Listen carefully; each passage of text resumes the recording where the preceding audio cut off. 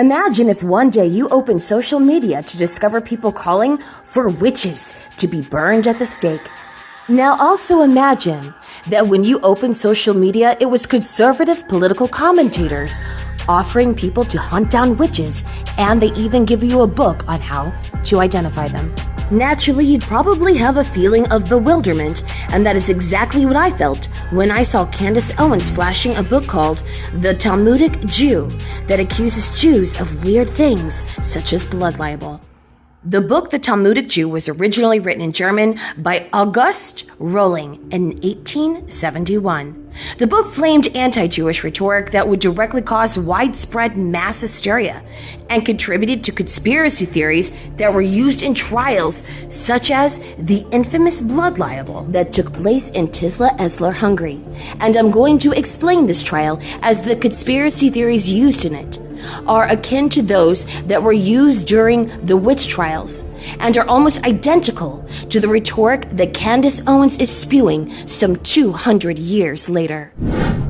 On April 1st, 1882, in a small town, there was a 14-year-old Christian girl named Esther, who was a servant in the home of Andreas Hurry. Andreas sent Esther out to run errands, but sadly, she would never return or be seen alive again. Naturally, after Esther went missing, the town started to search for Esther. But after not having any leads or ideas what could have possibly happened to her, two political influencers, like Candace Owens is a political influencer today, started a rumor that the Jews did it. Onity of Tisza Eszlar and Victor von Istadacy were already trying to push the expulsion of the Jews from Hungary and decided to use Esther's disappearance as the perfect opportunity to claim that the 14-year-old Christian girl had been a victim to Jewish ritual slaughter for the Passover. It didn't take much getting help either, because women in the town of Tisza Eszlar in 1882 had a similar mindset to Candace Owens in 2025 and would stop at nothing to persecute innocent people.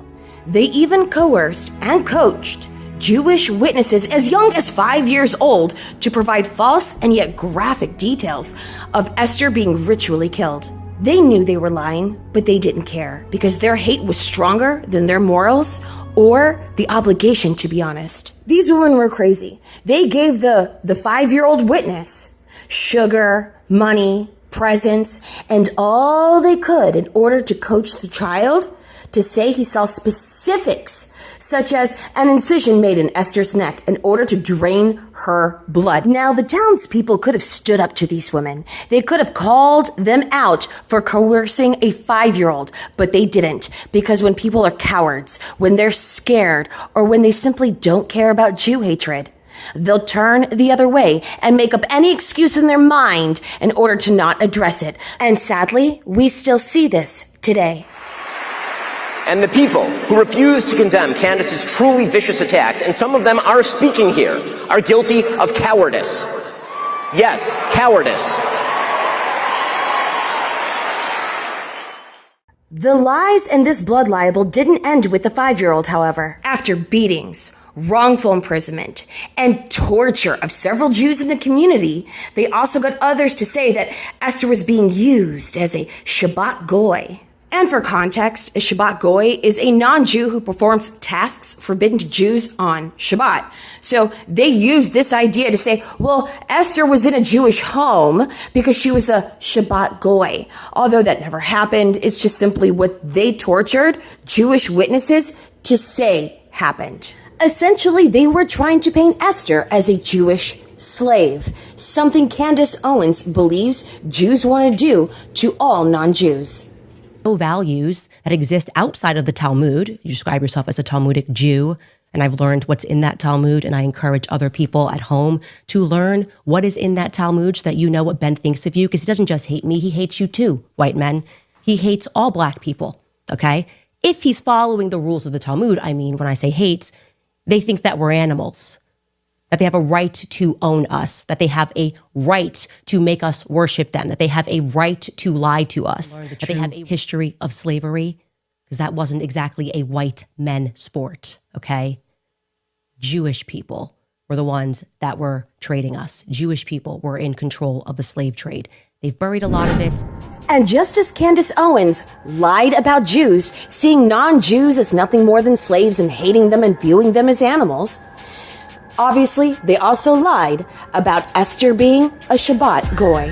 The entire event in 1882 would come to an end when they found Esther's body in a river. Esther was identified by the clothes she was wearing on the day that she went missing, and the body had 0 puncture wounds on the neck, making it clear that the 5-year-old child was coerced to lie. All the Jews who were falsely condemned were eventually declared innocent, but it took over a year to resolve this case. So this book that Candace Owens was flashing as she went on a rampage against Ben Shapiro, the Talmudic Jew, was very extensively quoted by the Catholic press.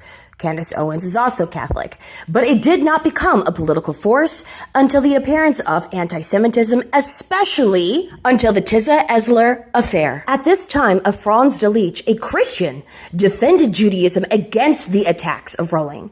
At the same time, Joseph S. Bloch wrote articles in which he accused Rohling of ignorance and a forgery of the text being the Talmud. Rohling initially went to go and sue Bloch but dropped the case, probably because it was proven that he actually did forge the texts. Now, what's interesting is that when his blood libels, when his lies didn't work, he came up with another solution, which was Zionism. That's right, folks. Rohling, the author that Candace Owens is pushing, actually believed in Zionism, which is very ironic considering the fact that Candace Owens herself is very pro-Palestinian.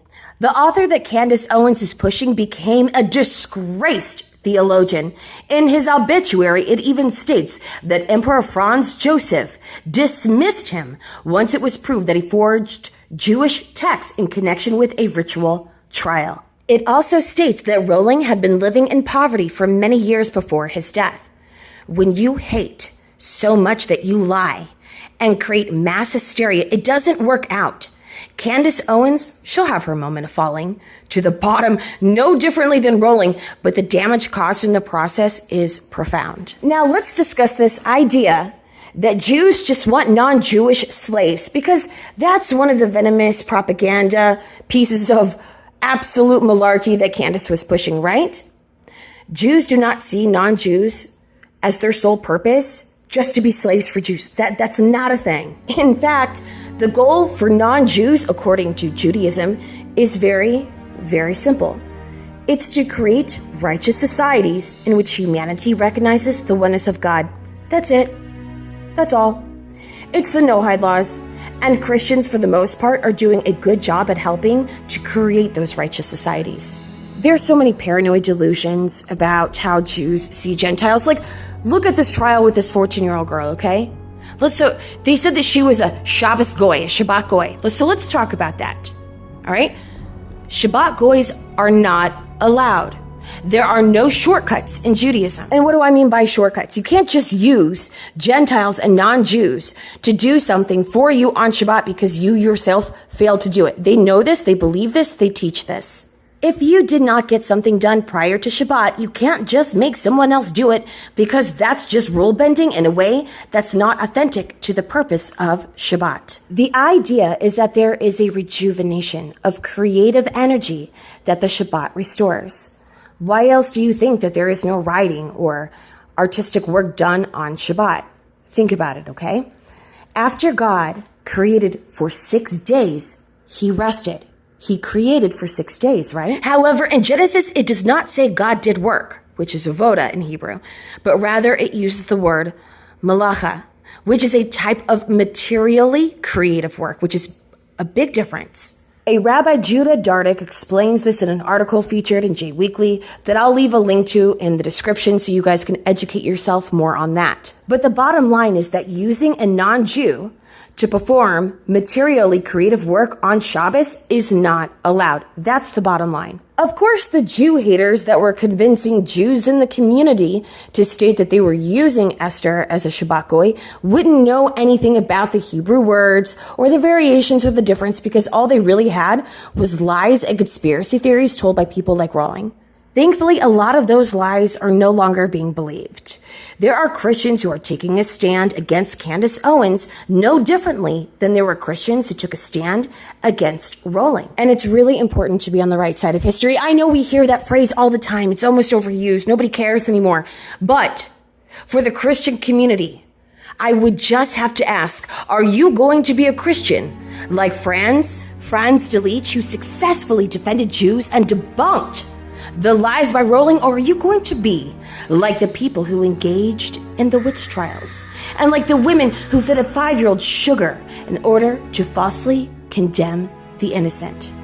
The choice is yours, of course. It always has been, and it always will be. But you have a moment now to decide which person you're going to be, which Christian you're going to be. The ones that defend Jews against libel, like the ones that Candace Owens is spreading, or like the Christians who just play the part and feed into the mass hysteria and only later realize how wrong they truly were. I hope we all choose wisely.